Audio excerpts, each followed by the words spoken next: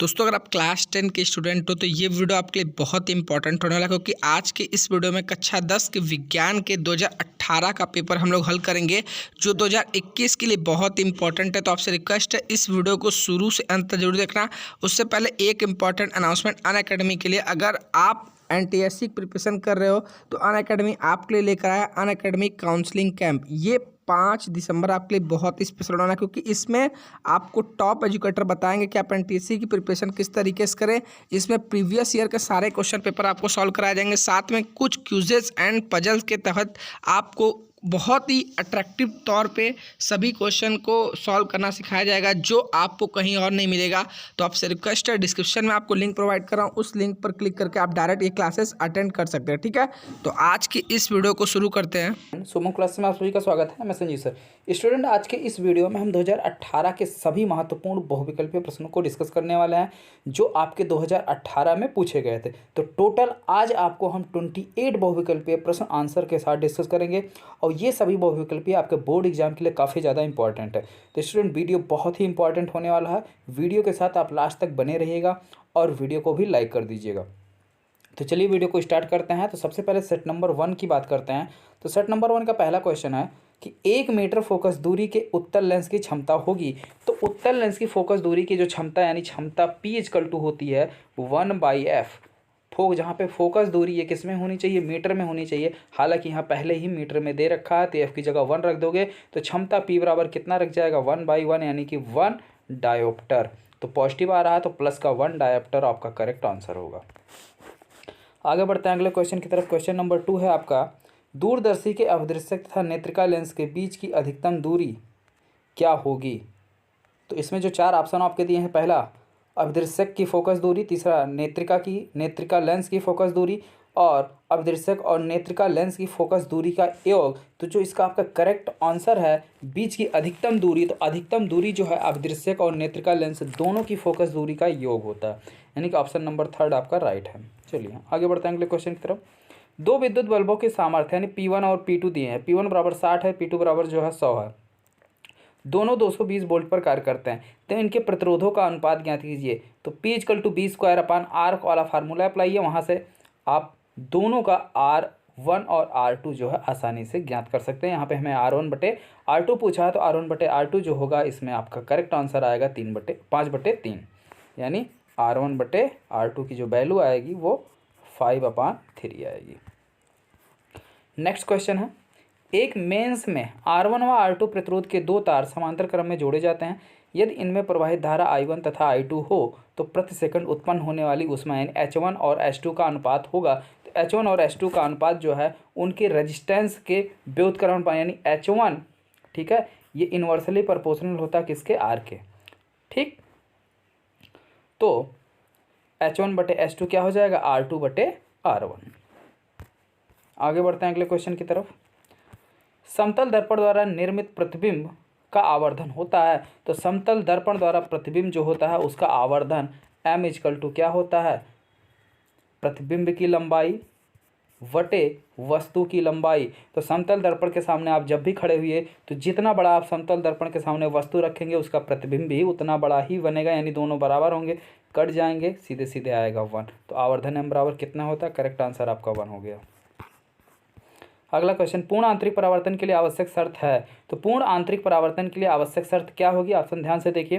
पहला है प्रकाश किरण विरल माध्यम से सघन माध्यम में जाए। दूसरा है प्रकाश किरण सघन माध्यम से विरल माध्यम में जाए। आपतन कोण का मान क्रांतिक कोण से कम हो, आपतन कोण का मान क्रांतिक कोण के बराबर हो। तो आपतन कोण का मान अगर क्रांतिक कोण के बराबर है तो आपका पूर्ण आंतरिक परावर्तन नहीं हो सकता है। ठीक, अगर कम है तब तो बिल्कुल नहीं हो सकता है। और पूर्ण आंतरिक परावर्तन की घटना तभी पॉसिबल है जब प्रकाश किरण सघन माध्यम से विरल माध्यम में जाए, यानी ऑप्शन नंबर 2 इज राइट। और क्रांतिक कोण से अधिक हो, तो अधिक वाला ऑप्शन तो है नहीं, तो यही एक ऑप्शन है हमारे पास, तो यही हमारा सही हो जाएगा। आगे बढ़ते हैं अगले क्वेश्चन की तरफ। ताप बढ़ाने पर किसी चालक का वैद्युत प्रतिरोध, तो ताप बढ़ाने पर चालक का वैद्युत प्रतिरोध जो है वो बढ़ता है। ठीक है, यानी कि ऑप्शन नंबर 2 इज राइट। आगे बढ़ते हैं अगले क्वेश्चन की तरफ। किलोवाट घंटा, किलोवाट घंटा का मात्रक है। तो किलोवाट घंटा किसका मात्रक है, ठीक है, किलोवाट घंटा जो है इन चारों ऑप्शन में से किसका मात्रक है, तो वैद्युत ऊर्जा का जो है मात्रक है किलोवाट घंटा, यानी कि option number third is right answer. आगे बढ़ते हैं अगले क्वेश्चन की तरफ। क्वेश्चन नंबर थर्ड है, उत्तल दर्पण से बनने वाले प्रतिबिंब की प्रकृति है। तो उत्तल दर्पण के द्वारा जो भी प्रतिबिंब बनता है वो आपका आभासी और सीधा बनता है। ठीक है, आगे बढ़ते हैं अगले क्वेश्चन। स्पष्ट दृष्टि की न्यूनतम दूरी, यार बहुत इजी है, 25 सेंटीमीटर। एक प्रोटॉन पर आवेश, तो एक प्रोटॉन और इलेक्ट्रॉन पर चार्ज जो है बिल्कुल बराबर होते हैं। फ़र्क कितना होता है कि प्रोटॉन पे पॉजिटिव होता है और इलेक्ट्रॉन पे जो है नेगेटिव चार्ज होता है। तो इलेक्ट्रॉन पर कितना होता है सबको पता है, 1.6 × 10⁻⁻19, लेकिन माइनस का वही अगर यहाँ प्लस कर दिया जाए तो ये आपका प्रोटॉन का हो जाएगा। एक अश्व शक्ति बराबर होता है 746 वाट, यानी option number 2 is right answer. चलिए आगे बढ़ते हैं अगले क्वेश्चन की तरफ। प्रकाश का प्रकीर्णन सबसे कम होता है। तो प्रकाश का प्रकीर्णन जो है सबसे कम किस रंग के लिए होता है? सबसे कम आपका लाल रंग के लिए होता है, और सबसे ज़्यादा जो है आपका किसके लिए होता है? बैगनी के लिए। ठीक है, सबसे ज़्यादा बैगनी के लिए होता है। आगे बढ़ते हैं। प्रिज्म द्वारा विचलन अधिकतम होता है। तो प्रिज्म के द्वारा सबसे ज़्यादा विचलन जो है आपके बैगनी रंग का होता है। ठीक है, आप कभी भी देखें तो अगर इस तरीके से प्रिज्म है, ये श्वेत प्रकाश है, तो ये लाल रंग, उसके बाद ऐसे ऐसे ऐसे सबसे नीचे सबसे ज़्यादा विचलन जाना तो सीधे चाहिए, लेकिन सबसे ज़्यादा विचलन किसका हो रहा? बैगनी का। ठीक, आगे बढ़ते हैं अगले क्वेश्चन की तरफ। चुंबकीय क्षेत्र की तीव्रता का मात्रक होता है। तो चुंबकीय क्षेत्र की तीव्रता का जो मात्रक होता है स्टूडेंट, वो होता है वेबर/मीटर²। ठीक, आगे बढ़ते हैं अगले क्वेश्चन की तरफ। विद्युत चुंबकीय प्रेरण से उत्पन्न प्रेरित विद्युत वाहक बल अनुक्रमानुपाती होगा। तो किसके अनुक्रमानुपाती होगा? ऑप्शन ध्यान से देखिए। पहला, प्रतिरोध के संपूर्ण प्रतिरोध के, परिपथ के संपूर्ण प्रतिरोध के, दूसरा है चुंबकीय फ्लक्स के, तीसरा है चुंबकीय फ्लक्स में परिवर्तन की दर की। तो चुंबकीय फ्लक्स में परिवर्तन की दर जो है ये विद्युत चुंबकीय प्रेरण द्वारा उत्पन्न विद्युत वाहक बल के अनुक्रमानुपाती होता है। तो यानी E = -dϕ/dt। ठीक है, dϕ/dt क्या होता है? चुंबकीय फ्लक्स में परिवर्तन की दर। आगे बढ़ते हैं अगले क्वेश्चन की तरफ।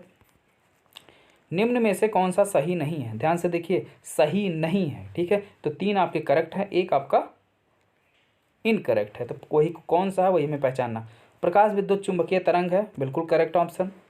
प्रकाश सीधी रेखा में गति करता है, बिल्कुल सही है। प्रकाश अनुप्रस्थ तरंग है, बिल्कुल सही है।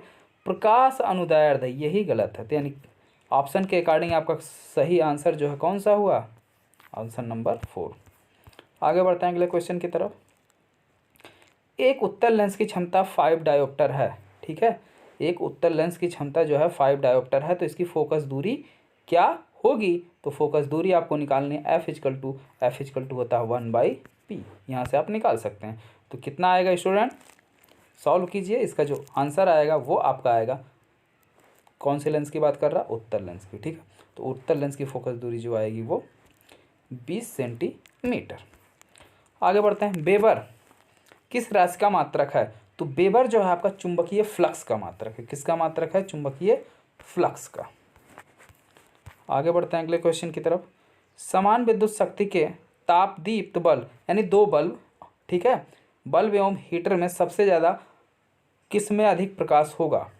दोनों की विद्युत शक्ति समान है, P = VI, यानी P = VI दोनों के लिए समान है।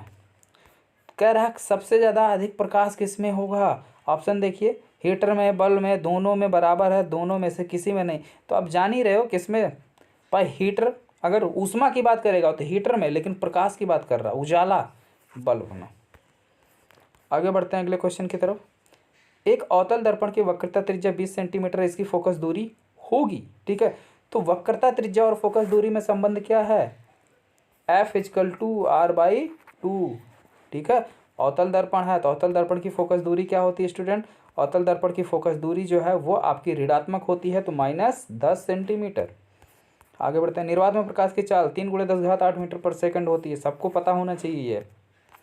आगे बढ़ते हैं अगले क्वेश्चन की तरफ।